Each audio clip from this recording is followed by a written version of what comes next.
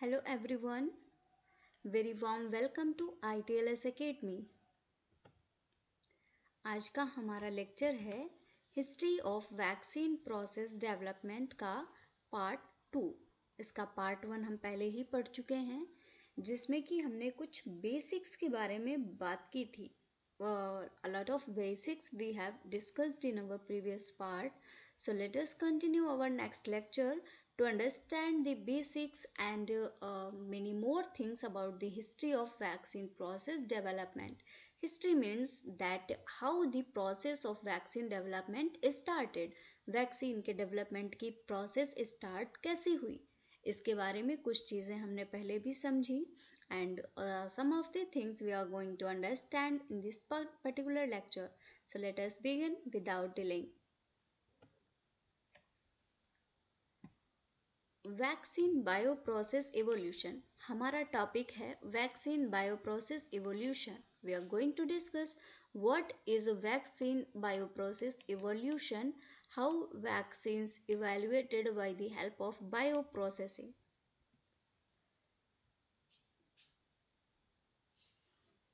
The very first point is vaccines and vaccine candidates have been directed at infectious, parasitic and non infectious diseases. जो vaccines होती हैं या vaccine candidates होते हैं उनमें या तो किसी भी तरीके का इन्फेक्शन होता है, बैक्टीरिया, वायरस, फंगस, या फिर पैरासिटिक या नॉन इन्फेक्शियस डिसीज भी हो सकती है, जैसे कि कैंसर है, अल्जाइमर्स है। Vaccines can be due to many reasons, whether it is bacterial infection, viral infection or fungal infection, or it can be parasitic infection, and it is also possible that these vaccine candidates can have non-infectious diseases, no bacterial, viral, fungal any infection, still they are having vaccines and vaccine candidates like cancer and Alzheimer's diseases. They can be largely classified as either live, attenuated, inactivated or killed, or subunits. All the type of vaccines and vaccine candidates that we are going to handle in our next lecture series are live, attenuated, inactivated. All these part we will discuss in detail. सारे ही parts को हम बहुत ही detail में पढ़ेंगे क्या होती हैं live, attenuated, inactivated या सब यूनिट वैक्सीन्स। इनके भी फर्दर पार्ट्स होते हैं जो कि आगे डिटेल का पार्ट है जो भी हम पढ़ेंगे। तो ये तो है इनका classification, how they are classified. Next point is that production क्या होता है। Production can be in the native organism. What is this native organism? Native organism like this is a bacteria. So अगर आप बैक्टीरिया के खिलाफ vaccine बनाने जा रहे हैं तो बैक्टीरिया के ही अंदर बना रहे। नेटिव मतलब इसका एक घर है, like you are living in your house and you are going to do something in your house. So this is called native. That is a production of vaccine in the native organism. जिसका bacteria के लिए vaccine बना रहे हैं तो bacteria के अंदर ही बना रहे हैं, एंड और इन दी हेट्रोलोगस होस्ट, या फिर यहाँ से किसी चीज़ को डीएनए आरएनए को ले लिया और किसी दूसरे होस्ट में इसको ट्रांसफ़र किया और उसके बाद में वैक्सीन बना रहे हैं। तो ये तो हो सकते हैं प्रोडक्शन के type. Production can be either native और heterologous. Recombinant vaccines have been in the form of protein subunit vaccines. जो सबयूनिट वैक्सीन्स होती हैं जब इनका क्लासिफिकेशन होता है तो उसी में एक आता है रिकॉम्बिनेंट वैक्सीन। रिकॉम्बिनेंट वैक्सीन्स क्या होती हैं? प्रोटीन सबयूनिट्स के फॉर्म में होती हैं। And modern live viral vaccine, जैसे कि अभी जो मॉडर्न लाइव वायरल वैक्सीन्स हैं ये प्रोटीन सब यूनिट वैक्सीन्स होती हैं। तो रिकॉम्बिनेंट वैक्सीन्स की भी हम डिटेल्ड स्टडी करेंगे। तो ये भी एक प्रोडक्शन में आता है कि या तो नेटिव प्रोडक्शन है या हेट्रोलोगस है, और इसके भी अलावा प्रोडक्शन होता है recombinant. Recombinant means you are mixing two things. One part you are taking from this particular bacteria or virus, and another part is to be taken from the another host, and you are going to mix all the parts, and you are going to make some recombinant, like something heterologous, that is going to act like vaccine.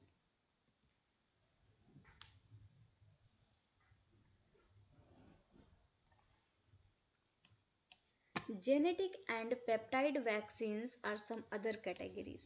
कुछ और categories भी होती हैं vaccines की. ये genetic हो सकती हैं या फिर पेप्टाइड वैक्सीन्स हो सकती हैं, which could be considered subcategories of the aforementioned broad category. अब ये जो जेनेटिक और पेप्टाइड वैक्सीन्स हैं, ये जो पहले हमने डिस्कस किए हैं वैक्सीन्स की कैटेगरीज, ये इन्हीं की सब कैटेगरीज हो सकती हैं. Like they are the sub units और sub categories of either live or attenuated or inactivated or recombinant vaccines.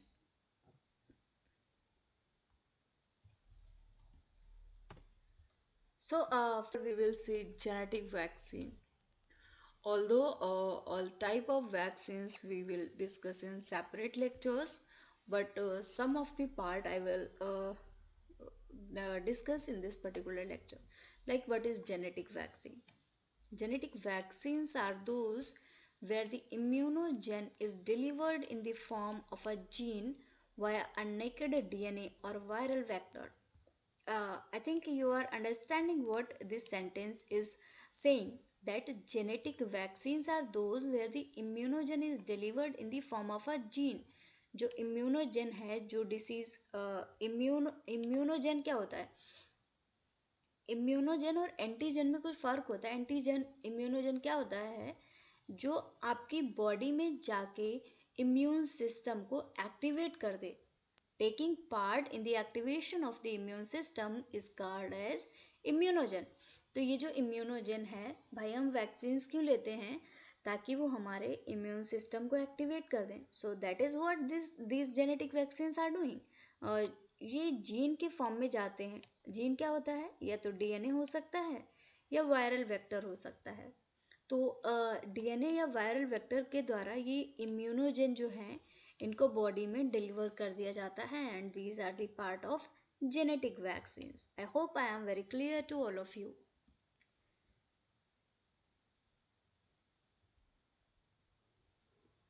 So now let us discuss some evolutions in vaccinology.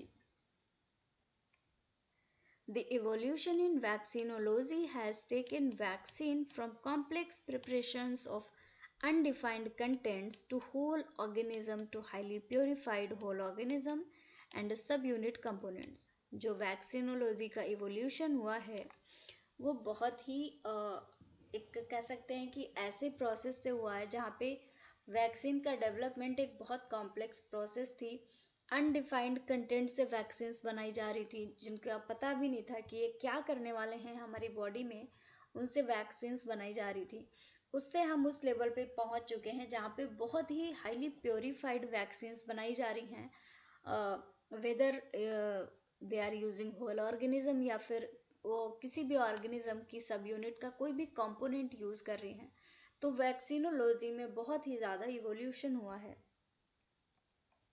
This evolution of vaccines is directly related to the development of bioprocess technologies. Vaccines का evolution क्यों possible हुआ है? Just because of the development of the bioprocess technologies. What are the bioprocess technologies?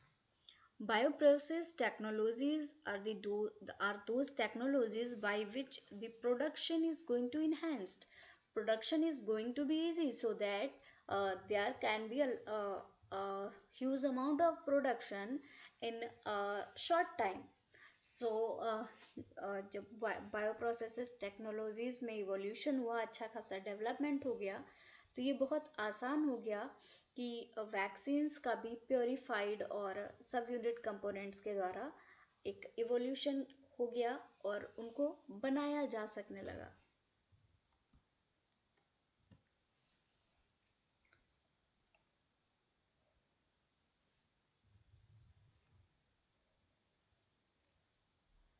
Further simplification via reverse vaccinology. अब ये क्या आया नया term, reverse vaccinology. Simplification किया गया रिवर्स वैक्सीनोलॉजी के द्वारा, लीडिंग टू जेनेटिक और पेप्टाइड बेस्ड वैक्सीन्स। अब क्या हुआ, पहले कॉम्प्लेक्स लेवल पे बनाया गया वैक्सीन्स को, ऑर्गेनिजम्स का यूज़ किया गया, जीन्स का यूज़ किया गया, फिर उसके बाद में रिवर्स वैक्सीनोलॉजी का यूज़ किया जाने लगा, जिसमें क्या हुआ, ऑर्गेनिजम्स को छोड़ दिया गया, उनके जीन्स को छोड़ के पेप्टाइड बेस्ड, उनका जो प्रोटीन पार्ट होता है, जो कवर होता है, उनसे वैक्सीन्स को बनाया जाने लगा। इसको रिवर्स वैक्सीनोलॉजी कहा गया। And it is certainly an attractive goal, ये बहुत अट्रैक्टिव गोल है from the bioprocess technology perspective. अगर बायोप्रोसेस टेक्नोलॉजीज की तरफ से देखें तो ये काफ़ी अट्रैक्टिव गोल है कि आप पेप्टाइड बेस्ड वैक्सीन्स को बना पा रहे हैं। And this is known as reverse vaccinology. इससे कहीं भी क्वेश्चन पूछा जा सकता है कि what is reverse vaccinology.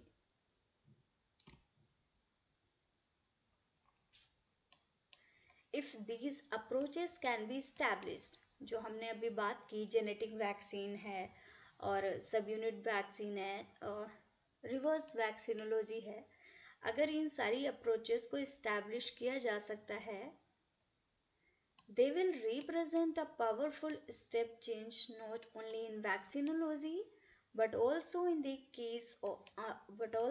ease of vaccine processing।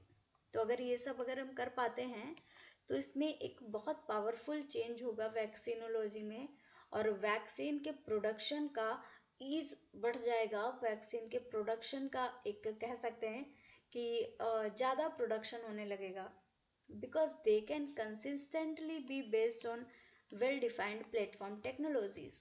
बढ़िया प्लेटफॉर्म होगा डेवलपमेंट का, प्रोडक्शन का, तो अच्छा प्रोडक्शन और अच्छे अमाउंट में वैक्सीन्स का प्रोडक्शन किया जा सकेगा।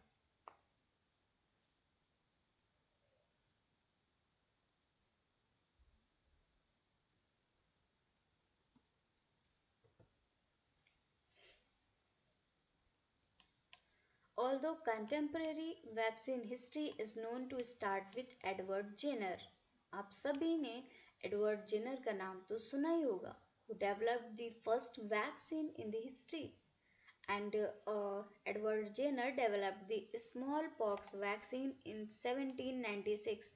ये भी क्वेश्चन आ सकता है, क्वेश्चन वाले पार्ट भी मैं हाईलाइट कर रही हूँ साथ साथ में, आप उनको भी नोट कर सकते हैं। ये भी आपसे क्वेश्चन पूछा जा सकता है कि स्मॉल पॉक्स की वैक्सीन किसने बनाई और किस ईयर में बनाई।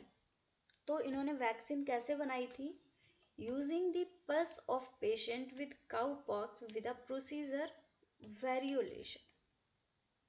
क्या किया, इन्होंने पेशेंट का पस लिया और उसी से इन्होंने वैक्सीन को बना दिया। अब ये एक ऐसा प्रोसीजर था वेरियोलेशन का, was known to have been practiced much earlier in China। बहुत पहले China, India, Turkey, Persia and Africa में इसको यूज किया जाने लगा वैक्सीन के प्रोडक्शन के लिए।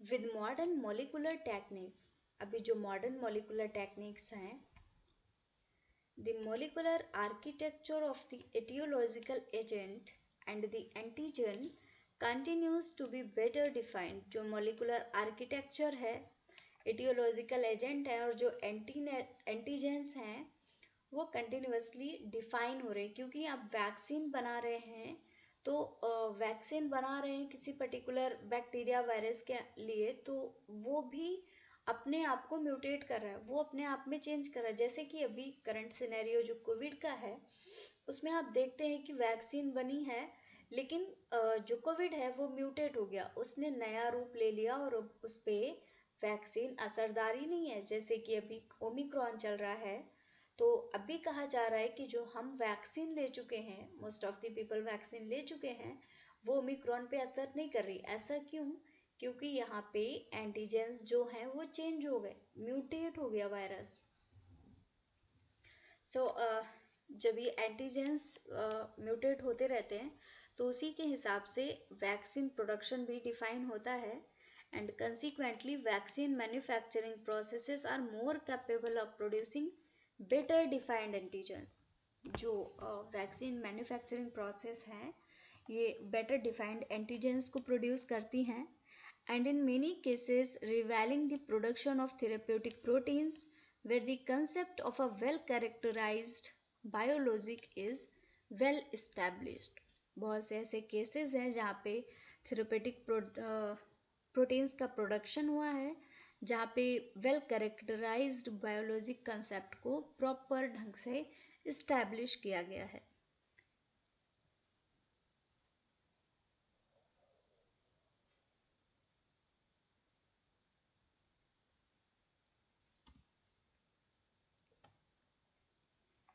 अब आता है एक concept down stream processing.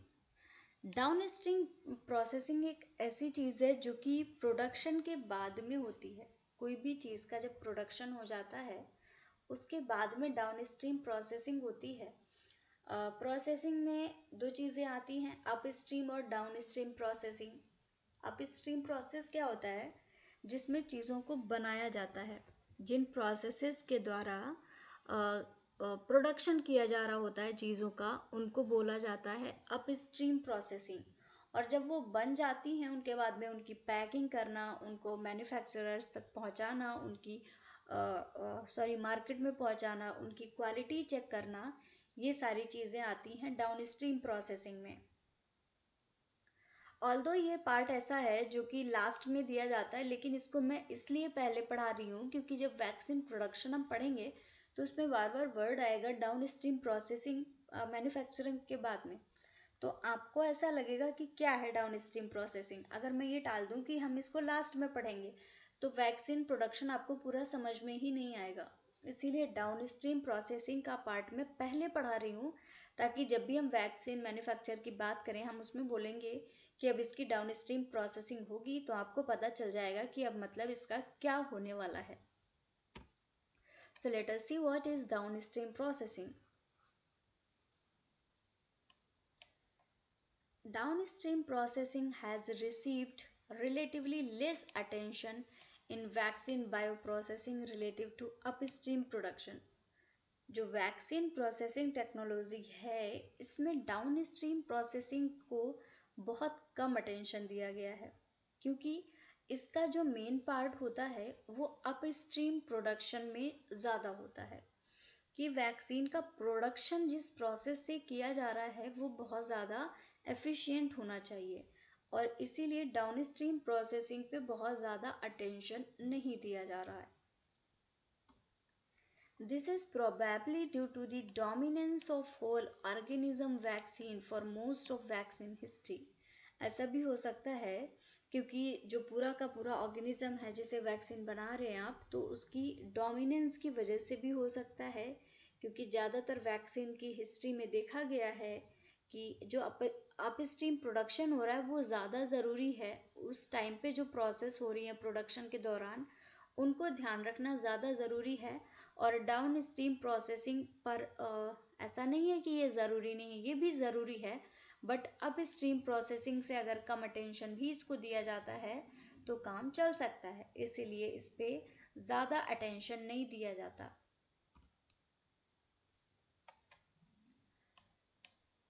Although the dose of a vaccine is much lower relative to monoclonal antibodies. Monoclonal antibodies क्या होती हैं? ये एक सिंगल टाइप एंटीजन से ही अटैचमेंट अपना करती हैं। तो इनका जो डोज होता है, मोनोक्लोनल एंटीबॉडीज का भी डोज दिया जाता है बॉडी में, ताकि वो किसी पर्टिकुलर टाइप के एंटीजन से अटैच हो पाए और उनको डिस्ट्रॉय करें। लेकिन वैक्सीन होती है, वैक्सीन का डोज क्या होता है कि मोनोक्लोनल एंटीबॉडीज से बहुत कम दिया जाता है। अब काम दोनों का ही है, एंटीजन को मारना, लेकिन वैक्सीन की डोज कम दी गई and the safety requirements for vaccine are much greater. लेकिन जो सेफ्टी रिक्वायरमेंट्स होती हैं वैक्सीन के लिए वो बहुत ज़्यादा होती हैं, since they are administered prophylactically to a healthy population including infants. इनका एडमिनिस्ट्रेशन ही इतना क्रिटिकल होता है, इतना सेफ होता है कि इनकी जो एफिशिएंसी है वो अपने आप से मोनोक्लोनल एंटीबॉडीज से ज़्यादा हो जाती है।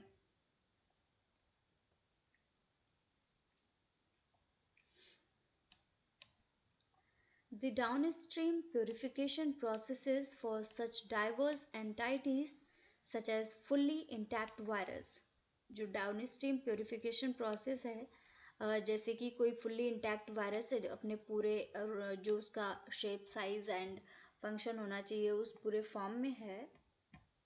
Protein lipid complex virus like particle, इनके लिए क्या है, एक प्रोटीन लिपिड कॉम्प्लेक्स वायरस जैसा ही पार्टिकल बनाया जाता है या फिर मल्टीमेरिक प्रोटीन कॉम्प्लेक्स बनाया जाता है। And plasmid DNA represent significant bio separation process technology advances significantly enabling the development of modern vaccine and vaccine candidates। जो मल्टीमेरिक प्रोटीन कॉम्प्लेक्स हैं, प्लाज्मिड डीएनए हैं, ये सारे जो वैक्सीन प्रोडक्शन की टेक्नोलॉजी है उसके डेवलपमेंट में बहुत अपना इम्पोर्टेंट रोल प्ले करते हैं। Key issues for downstream processing can be summed up as follows. जो की इश्यूज होते हैं डाउनस्ट्रीम प्रोसेसिंग में वो कुछ इस तरह से हैं, जैसे कि removal of cellular impurities including protein, DNA, RNA and lipids. आप जब वैक्सीन बना रहे हैं तो उसमें से सेलुलर इम्प्योरिटीज हैं, सेल का जो पार्ट है, डीएनए है, आरएनए है, लिपिड है, इन सब का रिमूवल करना एक बहुत बड़ा चैलेंज होता है। ये एक की इशू हो सकता है कि अगर कोई भी इम्प्योरिटी रह गई तो ये वैक्सीन को प्रॉपर फंक्शनल नहीं होने देगी। इसके अलावा removal of process residuals, process vaccine के प्रोडक्शन के दौरान अगर कोई चीज़ उसमें रह गई है, प्रोसेस के कोई रेजिड्यूज हैं, तो उनका रिमूवल भी एक बहुत बड़ा इशू होता है। इसके अलावा preservation of the structure of the antigen and formulation of the antigen in an environment that keeps it stable for at least 2 years in a refrigerated state। कोई भी जो एंटीजन बना रहे हैं उसका प्रिजर्वेशन भी बहुत क्रिटिकल होता है। कि आपने देखा होगा कि वैक्सीन्स को जो रखते हैं वो क्रायो बॉक्सेस में रखते हैं, बहुत कूल टेम्परेचर में रखते हैं। तो वैक्सीन का प्रोडक्शन काफ़ी महंगा है, काफ़ी प्रोसेस भी बहुत डिफ़िकल्ट है, तो इसको इस तरीके से रखना पड़ता है कि कम से कम 2 ईयर ये रेफ्रिजरेटेड स्टेट में रह जाए। तो ये भी एक बहुत बड़ा इशू आता है डाउन स्ट्रीम प्रोसेसिंग में।